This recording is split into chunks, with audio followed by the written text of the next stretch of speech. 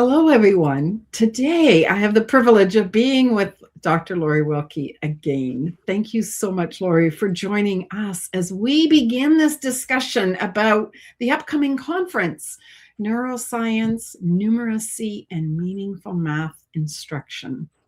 Welcome, and thank you for joining us.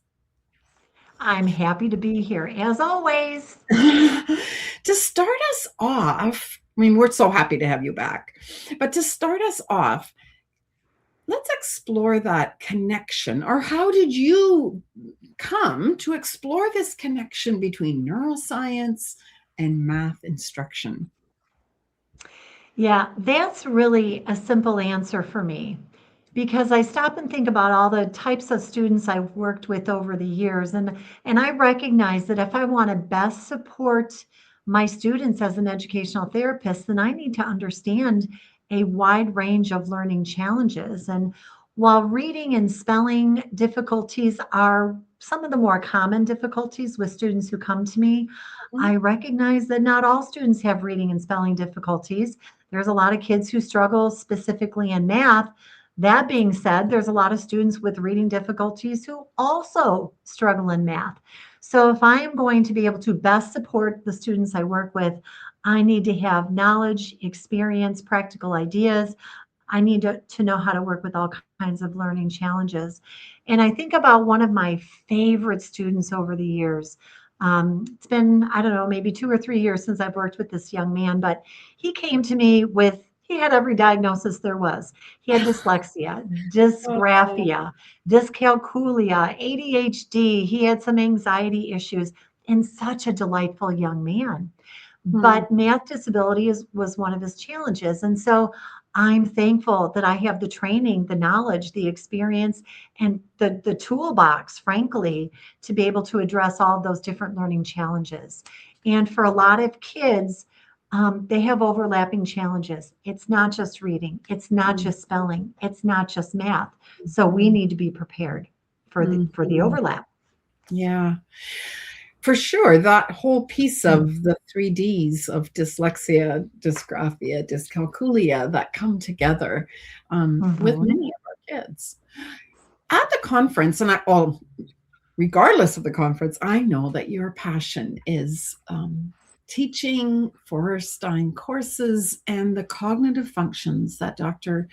Reuven Feuerstein taught us so beautifully and so wisely. What do you think is the number one cognitive function that's often overlooked that might transform a student's approach to math? Yeah. Oh boy. Now that's a harder question. How many functions are there? We want one. Yeah.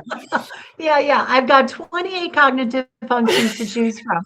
So that is tough to answer that question because, we could argue that we need all 28 cognitive functions to do math, to read, to spell, to bake cookies, right?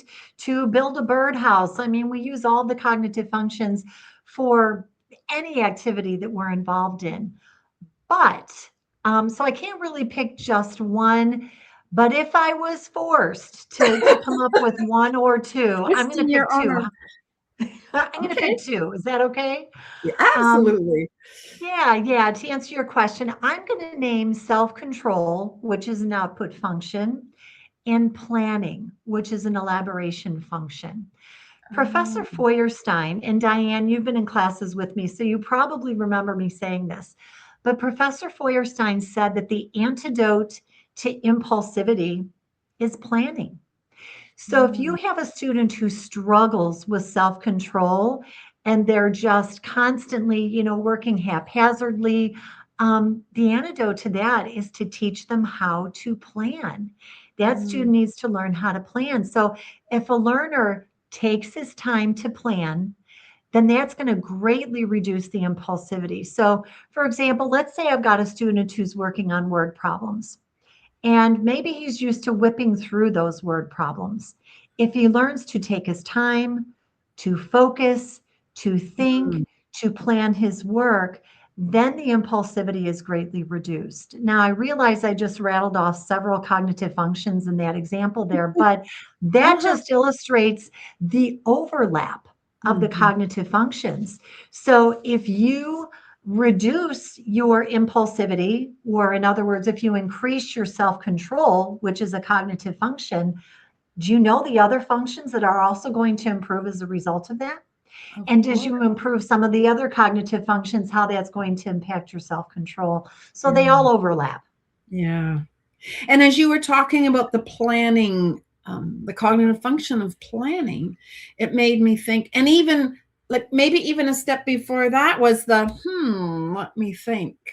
Right? Because so many of our kids want to jump into that math problem before they've even looked. So, yeah. Anyways, hard question. Sorry I made you pick, but thank you for that. Yeah. It's okay.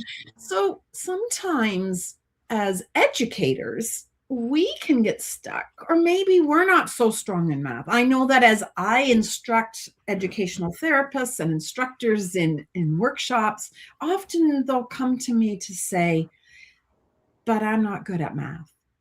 I'm anxious about math.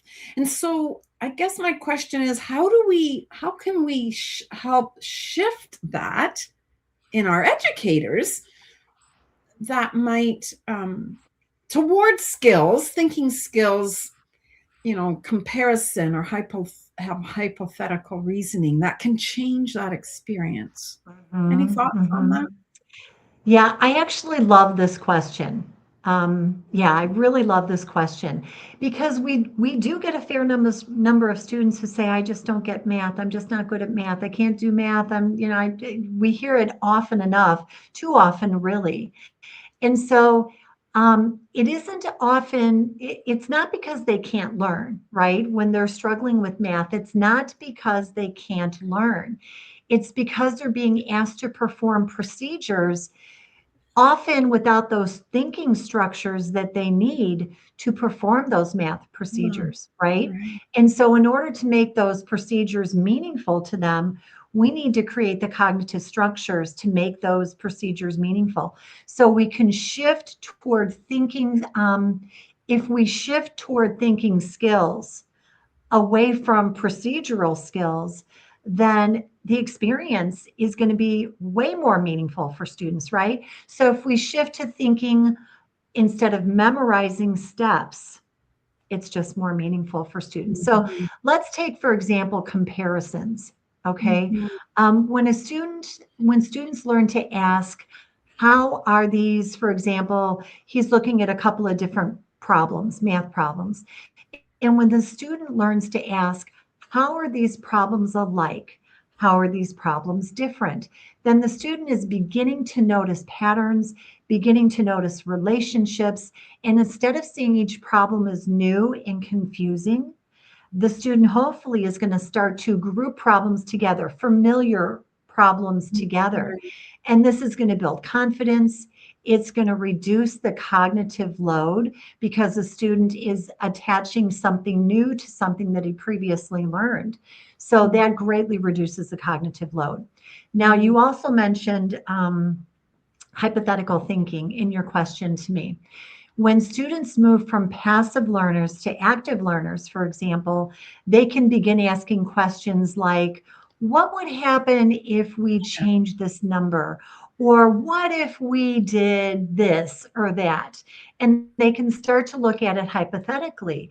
And that's going to help them explore math as a system rather than as just a set of rules. Because often, isn't that what teachers are trying to do with math, is just teach a set of rules? Let's teach thinking instead. And so then they begin predicting. They begin testing on their own. They begin explaining things on their own. And those are core behaviors of mathematical reasoning that we want to build. So this shift can be really powerful and of course, we need to teach procedures. I get that. But we need to shift from just procedural thinking to thinking. You know what I'm saying? There's a difference. We need to shift toward thinking skills because that's going to build understanding. So ultimately, focusing on thinking skills is going to help students develop a sense of control. And I think a lot of kids feel a lack of control when it comes to math.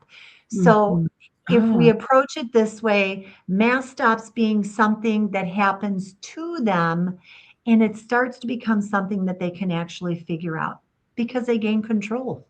Yeah, beautiful.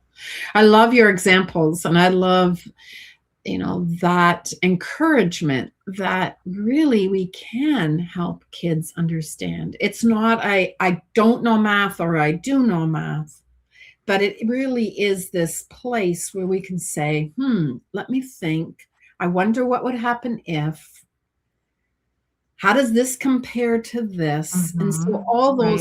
those important pieces of teaching, of, I don't want to call it even teaching, but of guiding math instruction for Right. our students. Right. So looking ahead at the upcoming conference, where our topic is neuroscience, numeracy, and meaningful instruction, what's one mindset shift that you would hope that our educators walk away with? Because of course it's an educators conference and we want to be able to go home with something. Absolutely. I hope so. And I always try to plan my sessions to be very practical. I always begin with some theory because theory informs your instruction, right? But I always like to be really, really practical so that educators and parents and therapists can go home and right away they have something they can incorporate into their session, into their work with the kids. But if I had to pick one main thing I want people to walk away with, I want them to walk away being more intentional about incorporating the language of metacognition into their work with students. And by language of metacognition, I specifically mean the language of the cognitive functions. Metacognition is thinking about your thinking, and we need the labels of the cognitive functions in order to think about our thinking. So we have to purposely integrate that into our work with our students. We need to use those labels. We need to model our own thinking. Don't just leave your thinking in your head as the mediator. You need to out loud explain to your students what you're thinking using those cognitive function labels. And as we model that, they will begin to do it too. And eventually, what is out loud and overt will eventually become internalized, and they'll begin to be able to do it on their own. I think back to some of my own learning experiences, even as an adult, some of the Feuerstein mediators that I've sat under. And Diane, I actually hear their voices in my head. Okay. It's I covert. do. Yes. Yes, it's very covert, but I hear Jeannie over here on the shoulder sometimes when I'm, mediating something, or I hear Valerie or Dr. Ben-Hur over here. I hear their voices in my head as I'm teaching and as I'm mediating because they modeled good thinking out loud. I began to do what they were modeling, and eventually you take it and it becomes your inner voice. Soliloquy. I like to call it soliloquy. It's your own little conversation that's going on in your mind. And so we need to model that for our students so that they can begin to internalize that. Yeah, so beautiful. Well, we're very much looking forward to your workshop at our upcoming conference. And certainly hope that others will join us as we together explore this topic of neuroscience, of how the brain learns, of numeracy being such an important piece of really understanding number. And then how do we actually teach this or instruct this with our students?